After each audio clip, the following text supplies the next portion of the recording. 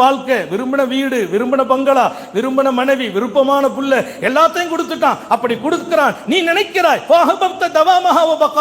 அல்லாஹ் இந்த நியாமத்து எனக்கு இருக்கணும், இந்த நியாமத்து என்கிட்ட இருக்கணும், இன்னும் நிரந்தரமா இருக்கணும், இந்த நியாமத்து இருக்கணும், நிரந்தரமா இருக்கணும் அப்படின்னு நீ பிரியப்படுகிறாயா? நான் சொல்லுகிறேன், முதல் வாழ்க்கை எடுத்துக்கொள். என்னனோ அக்ஸிர் பில் ஹம்தி வஷ்ஷுக்ர், அதிகமா அல்ஹம்துலில்லாஹ் சொல்வாயாக. அல்லாஹ் நம்ம எல்லாருக்கும் தௌஃபீக் செய்வானா. அல்ஹம்துலில்லாஹ் அதிகமா சொல்லு, அதிகமா நன்றி.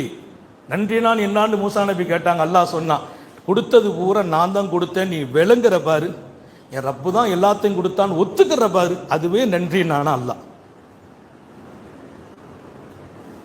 இது கிடைக்க நான் என்ன பாடுபட்டேன்னு தெரியுமா? நீ பேசுனா அல்லாஹ்வுக்கு பிடிக்காதுன்னாங்க. அல்லாஹ் அப்படி பேசி இருந்தா மன்னிப்பானாக. ஆமீன் சொல்லுங்களேன். இனிமேல் பேசாமல் இருக்க செய்வானாக. நான் அப்படி போன இப்படி வந்தேன் கிடைச்சிச்சுன்னு சொல்லாத. என் ரப்பு கொடுத்தான், என்ன காரணமாக்கி நிறைய வேலை வாங்கினான். நான் ஒன்றும் இல்லை, நான் ஒரு ஜீரோ. என்னை வைத்து வேலை வாங்கியவன் என் ரப்பு. அல்லாஹுவை விளங்கிவிட்டால் என் வாழ்க்கை மொத்தமும் சொர்க்கம். மயான அமைதி நம் இதயத்திற்கு கொண்டு விடும், குடியேறிவிடும். அல்லாஹ் நம்ம எல்லாருக்கும் தௌஃபீக் செய்வானாக. நான் நிறைவுக்கு வர வேண்டும். ஹஜ்ரத் சுஃபியானு ஸௌரி ரஹ்மத்துல்லாஹி அலைஹி இடத்துல அவர் சொன்னா, அல்லாஹ்வுடைய வாழ்க்கை உனக்கு கிடைக்குது, நியாமத்தை கொடுத்துக்கிட்டே இருக்கான். விருப்பமான மனைவி, விருப்பமான பணம், விருப்பமான வாழ்க்கை எல்லாம் கிடைச்சிச்சு. என்ன பண்ற? எனக்கு இது நிரந்தரமா இருக்கணும்னு நினைக்கிறியா? அதிகமா அல்ஹம்துலில்லாஹ் அல்ஹம்துலில்லாஹ் அல்ஹம்துலில்லாஹ் சொல்லிட்டே இரு. ஒரு திடீர்னு போன ஒரு வியாபாரம் நடந்துச்சு, அல்ஹம்துலில்லாஹ். போன ஒரு அன்பு கிடைச்சிச்சு, அல்ஹம்துலில்லாஹ். ஒருத்தர் மதிச்சாரு உன்னை, அல்ஹம்துலில்லாஹ். அந்த மதிப்பு கிடைச்சிக்கிட்டே இருக்கும். ரெண்டாவது சொன்னாங்களாம், நீ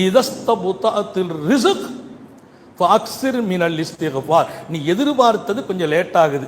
நீ இன்ஜினியர் முடிச்சிருக்க, வேலைக்கு எதிர்பார்த்துட்டு இருக்க, வேலை லேட் ஆகுது. டாக்டர் முடிச்சிருக்க, வேலை லேட் ஆகுது. காசை போட்டிருக்கோம், சரக்கு லேட்டா வருது. பொருளை முடக்கி கடையை திறந்திருக்கும், வியாபாரம் லேட் ஆகுது. அல்லாஹ் தருவான், லேட் ஆகுது. உனக்கு வர வேண்டிய ரிஸ்க் லேட் ஆகுது. உன் பிள்ளைக்கு மாப்பிள்ளை பார்க்கிற, மாப்பிள்ளை லேட் ஆகுது. மாப்பிள்ளைக்கு பொன் பார்க்கிறாய், லேட் ஆகிறது. வர வேண்டிய இரணம் என்பது எல்லாம் நான் விரும்பினது லேட் ஆகிட்டு இருக்கு. இன்னைக்கு நிறைய பேருக்கு அதுதான் பிரச்சனை. ஃபோன் வந்தா 90 ஃபோன் அதுதான். அதற்கு அதெல்லாம் இன்னும் முயற்சி எல்லாம் இன்னும் கொஞ்சம் லேட் ஆகிட்டு இருக்கு. லேட் ஆகிறதா? வர வேண்டிய இரணமும் வாழ்க்கையும் பொருளும் தொழிலும் லேட் ஆகிறதா? அதிகமா அல்லாஹ் என்ன மன்னிச்சிரு, அஸ்தோஃபிருல்லாஹ் அஸ்தோஃபிருல்லாஹ் சொல்லிக்கிட்டே இருங்க. இன்ஷா அல்லாஹ் உங்களுக்கு எது லேட் ஆகுச்சோ அது கைக்கு கிடைச்சிரும். அல்லாஹ் நமக்கு தௌஃபீக் செய்வானாக. மூணாவது விஷயத்தை சொல்லி முடிச்சுக்கிறேன். மூணாவது ரொம்ப முக்கியமா சொன்னாங்க, இதா ஹஸபக அம்ரும் மின சுல்தானி ஓ மினல் கைரி. உனக்கு சங்கடங்களும் டார்ச்சரும் சோதனையும் மனிதர்கள் வழியே வந்தால், நீ நல்லா இருந்தா 4 பேருக்கு பிடிக்காது. உன் பக்கத்துக்காரனுக்கு கடைக்காரனுக்கு கூட நீ நல்லா இருக்கிறது பிடிக்காது.